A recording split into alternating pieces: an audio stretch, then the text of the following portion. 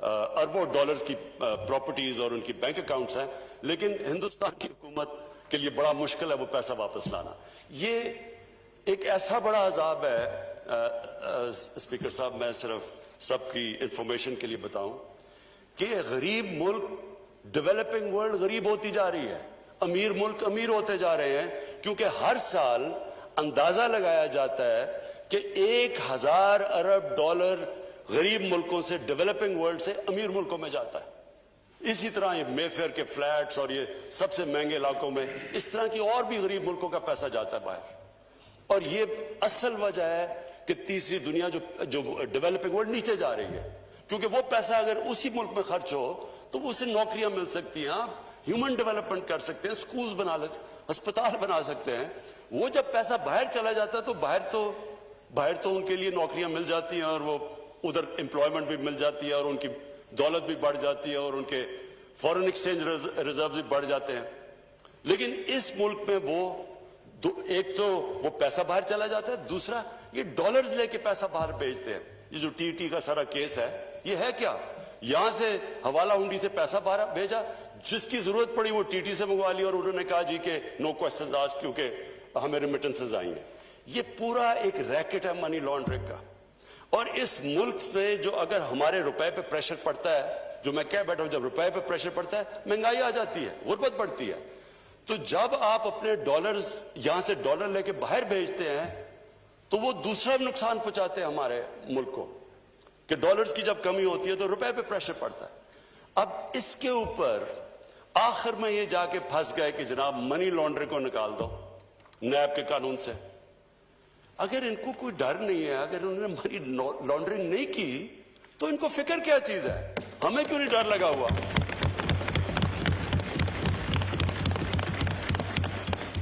اور افسوس یہ ہے کہ اس کے اوپر انہوں نے اتنا زیادہ سارا ہمارے ٹائم بھی ضائع ہوا، یہ سارا ادھر تک پہنچے۔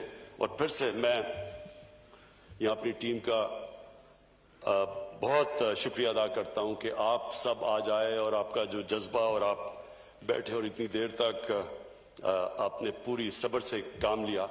لیکن یہ اتنا امپورٹنٹ تھا کہ ہم یہ لیجسلیشن پاس کریں، فیٹف کے لیے نہیں، منی لانڈرنگ کے لیے۔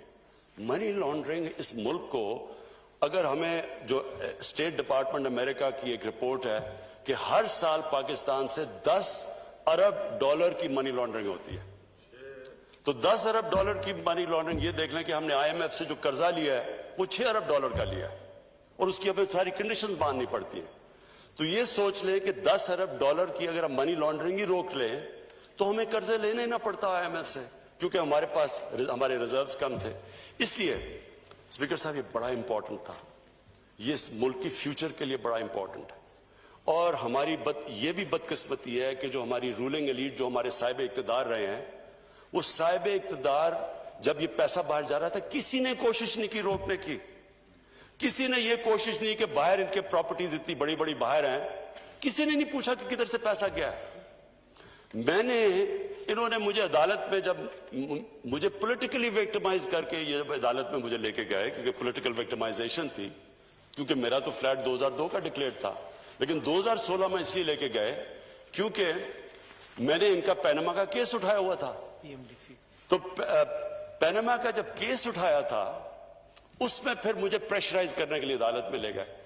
تو اسپیکر صاحب، اگر میں جو پبلک آفس ہولڈر نہیں تھا، ایکسپورٹس مین تھا، میں اگر 40 سال پرانے کانٹریکٹس دکھا سکتا ہوں، میں اپنی ساری منی ٹریل دے سکتا ہوں پاکستان میں پیسہ لانے کے لیے، یہ ایک ڈاکیومنٹ نہیں دے سکتے کہ پیسہ باہر کیسے گیا ہے۔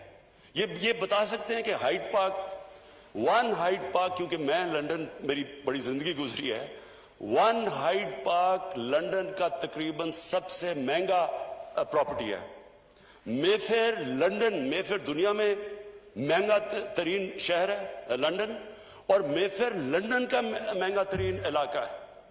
ادھر ان کے پاس اتنی پراپرٹیز، کدھر سے آیا پیسہ؟ یہ کوئی ڈاکیومنٹ بتا دیں کہ پیسہ باہر کدھر گیا۔ دوسری طرف آصف زرداری کی پراپرٹیز کی لسٹ ہیں، اپنے نام پہ نہیں لیے ہوئے، ایک نیو یارک میں فلیٹ غلطی سے اپنے نام پہ لے لیا جو ایک کیس چل رہا ہے، باقی تو اپنے نام پہ نہیں۔ یہ کدھر سے پیسہ آیا؟ تو جب ایک ملک کی جو سربراہ، جب وہ پیسہ چوری کر کے باہر لے کے جاتے ہیں اور ڈالرز میں باہر لے کے جاتے ہیں. دبئی میں ان کی پراپرٹیز ہیں, وہ یہاں سے کنورٹ کرتے ہیں, روپے کو ڈالر میں باہر لے جاتے ہیں. تو جب وہ لے کے جاتے ہیں, وہ دو چیزیں ان کو کرنی پڑتی ہے. پاکستان کے ادارے پہلے تباہ کرتے ہیں. پہلے نیب میں انہوں نے مل کے اپنا آدمی رکھوایا, وہ جو نیب چیئرمین تھا, انہوں نے کیسز ان کے بند کیے.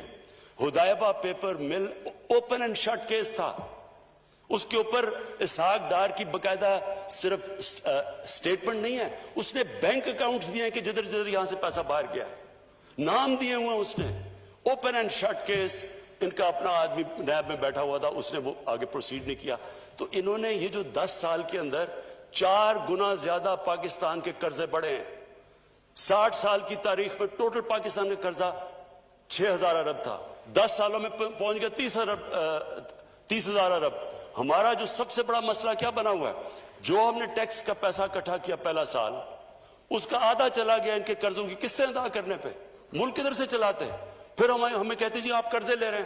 اگر ہم قرضے نہ لیں تو ہم ملک کیسے چلائیں؟ آدھا تو جو پیسہ اکٹھا کیا ان کی قرضوں کی قسطوں پہ چلا گیا. اب جو ہم نے کرونا کی وجہ سے کم کلیکشن ہوئی, پھر ہمارا 1,000 ارب کم ہوا, تو 4,000 ارب اب جو اکٹھا کیا یہ سیکنڈ ایئر میں, اس میں سے 2,600 ارب وہ چلا جائے گا قرضوں کی قسطوں دینے پہ. تو اسپیکر صاحب بات یہ ہے کہ یہ کیسے ہو سکتا ہے کہ آپ نے 10 سال میں اس ملک کو بوجھ ڈال دیا, اس کا ملک کا جو قرضہ ہے وہ 4 گنا زیادہ بڑھا دیا, اور آپ جب بات کریں کرپشن کی تو کہتے ہیں پولیٹیکل وکٹمائزیشن ہے. کبھی کہتے ہیں کہ جی یہ بلیک میل ادھر کر رہے ہیں, کبھی پہلے انہوں نے بلیک میل, اس پہ پہلے ہمیں کہا جی پہلے دن سے شروع کر دیا کہ جناب ہم مانتے ہی نہیں الیکشن کو. ہم کہہ رہے ہیں کہ کھولیں جو آپ چاہتے ہیں, بتائیں ہمیں کون سی. اس کے بعد بات ہی نہیں کی. اسمبلی نہ چلنے دیں, تقریر نہ کرنے دیں. یہ تو آج وہ ہے نہیں تو میں تقریر کر رہا ہوں, نہیں تو تقریر نہیں کرنے دیتے. تو یہ وہ لوگ ہیں جو ان کا انٹرسٹ ہی نہیں ہے پاکستان کا. دیکھیں نا, اگر جو اسمبلی کا سب سے بڑا کام ہے کہ پبلک انٹرسٹ کی حفاظت کرنا, تو کیا یہ پبلک کے انٹرسٹ کی حفاظت کر رہے ہیں؟ یہ تو اپنے جو لیڈرز کی چوری کیے ہوئے پیسے کی حفاظت کر رہے ہیں. ان کا تو انٹرسٹ ہی الٹا ہے پاکستان سے. جو پاکستان کا انٹرسٹ ہے, پاکستان کا تو انٹرسٹ ہے کہ یہ چوری کیا ہوا پیسہ واپس آئے. انہوں نے اپنی اپوزیشن کا مقصد یہ بنا دیا کہ کسی طرح وہ اس چوری کیے ہوئے پیسے کو بچا لیں.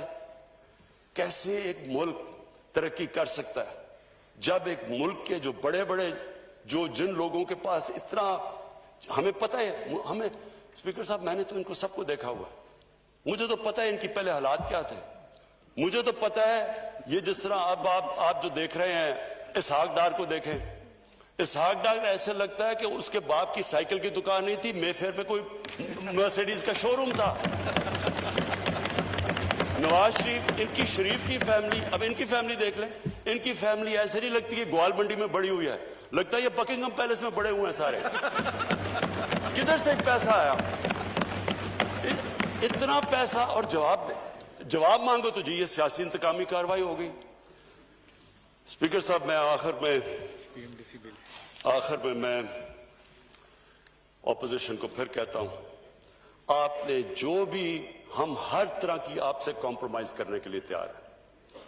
جو آپ چاہتے ہیں ملک کے لیے, جمہوریت کے لیے, ہمارے سے کہیں ہم کمپرومائز کرنے کے لیے تیار ہیں, لیکن ہم کرپشن کے اوپر کمپرومائز کرنے کے لیے نہیں.